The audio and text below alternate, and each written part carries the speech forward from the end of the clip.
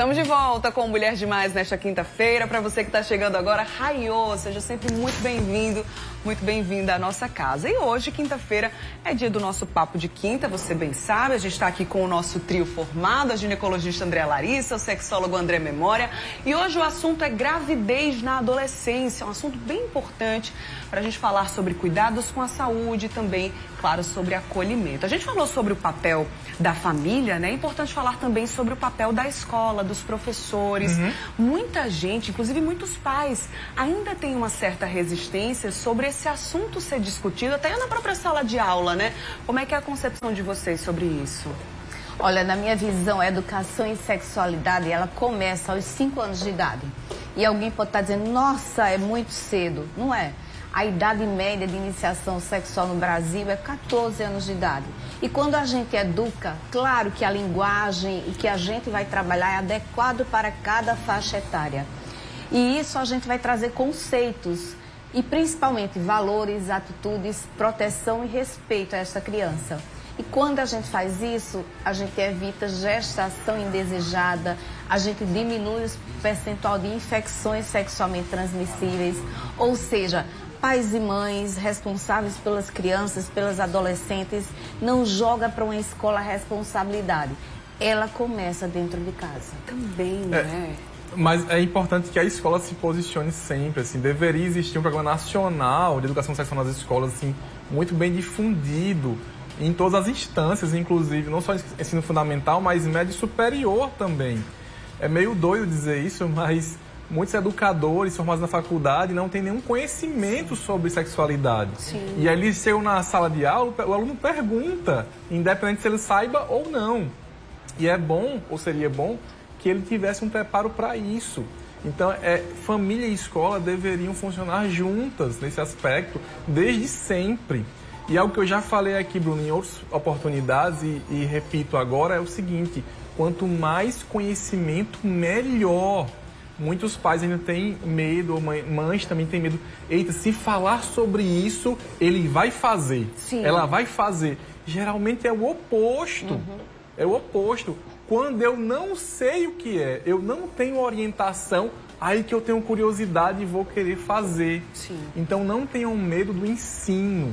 Tenham medo dos maus ensinantes, né? Dos professores e professoras, entre aspas, né? Do mundo ou da internet, que não sabem como orientar e vão ensinar seus filhos a ter um mau caminho sexual. Sim. Então, deixem que os bons profissionais ajam na escola, em casa, nas comunidades, onde quer que estejam, para que orientem os jovens sobre sexualidade saudável. É diferente educar de incentivar. Exatamente, não é? Trazer exatamente. informação, muito pelo contrário, né? Vai realmente formar esse cidadão até de uma forma mais adequada e mais prudente Com também, certeza, né? De ter a consciência do que está fazendo e do que não quer fazer. Exatamente. Também, não é? Deixa eu trazer aqui mais um relato de uma telespectadora que disse que o filho dela engravidou a namorada aos 16 anos de idade, ambos estavam com a mesma idade na época, e foram os avós, no caso, ela, né, e o esposo, certamente, que tiveram que assumir a criança em todos os âmbitos.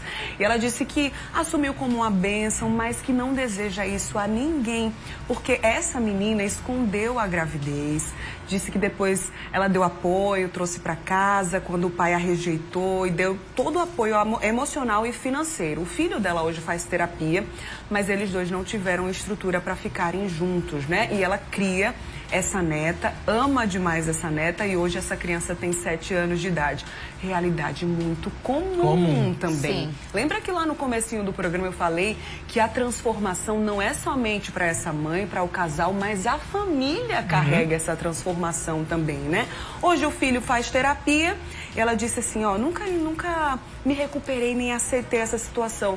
Talvez seja o momento dela também buscar essa ajuda, não é? Também. Com certeza. Também. E isso é um fato muito comum, né? Toda essa mudança da estrutura. E eu gosto de enfatizar, a gente pode nem culpar a pessoa que não consegue trazer temas de educação e sexualidade, porque nós todos vivemos muito tabus, então a gente precisa primeiro quebrar isso. E eu costumo atender muito a mãe com a filha, e eu falo, quando eu digo junto às duas, eu gosto de estar as duas juntas, eu digo, olha, comigo e com sua mãe você pode conversar sobre tudo. Mas é normal se sua mãe não souber conversar alguma coisa. Sim. Então a gente também tem que entender. Se você não sabe como expressar, como educar, procura um especialista. O que a gente não pode deixar que a educação informal, que é essa da mídia, é do amigo, é da vida, que vai formar conceitos errôneos. Então a gente tem que passar para a formalidade, que ela educa, que ela protege e que ela evita tantas situações como essa para uma família. Nesse caso aqui, a família acolheu essa criança, inclusive essa avó diz que ama demais essa criança, mas em muitos casos é importante falar aqui também que essa mulher, essa gestante adolescente, enfrenta o abandono da própria família e do pai da criança também. E na maioria dos casos, inclusive durante a gestação e pouco tempo depois que a criança nasce, também acontece esse abandono. É importante também a gente falar sobre esse assunto. 60% das meninas grávidas são abandonadas pelos parceiros ainda durante a gravidez e 20% são deixadas após o parto. E isso no contexto que foi vida, né? Imagina o contexto que a adolescente tem uma eclâmpsia, que ela vem a falecer. Imagina essa avó como estaria. Imagina essa mãe como estaria. A gente tem esse contexto todo psicológico de saúde mental num contexto de celebração de vida. A neta tem 7 anos.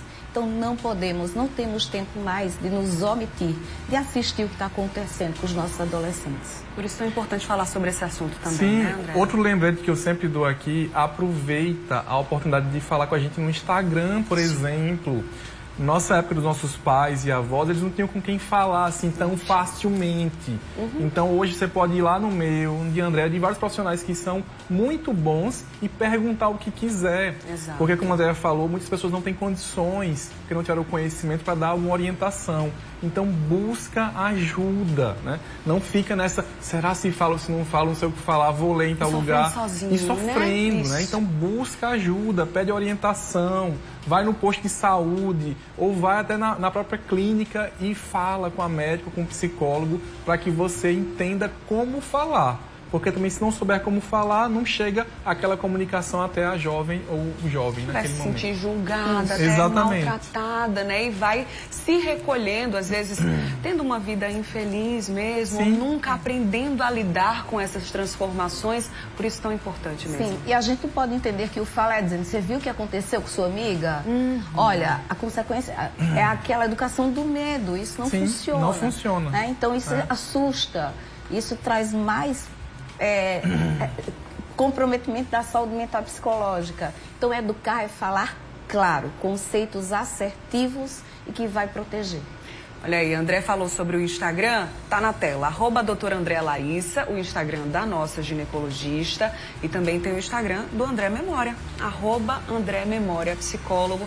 Você entra em contato com eles estão sempre aqui com a gente também, mas o importante é você não deixar de buscar ajuda, tá? Gente, obrigada pela participação de vocês, sempre excelente, viu? Até a próxima. Um beijo, obrigada. Não sei se a gente se encontra, acho que só depois do carnaval agora. Acho que, não sei, acho que é... Enfim, se for, bom carnaval pra vocês. Você também. Um beijo, obrigada. Agora você que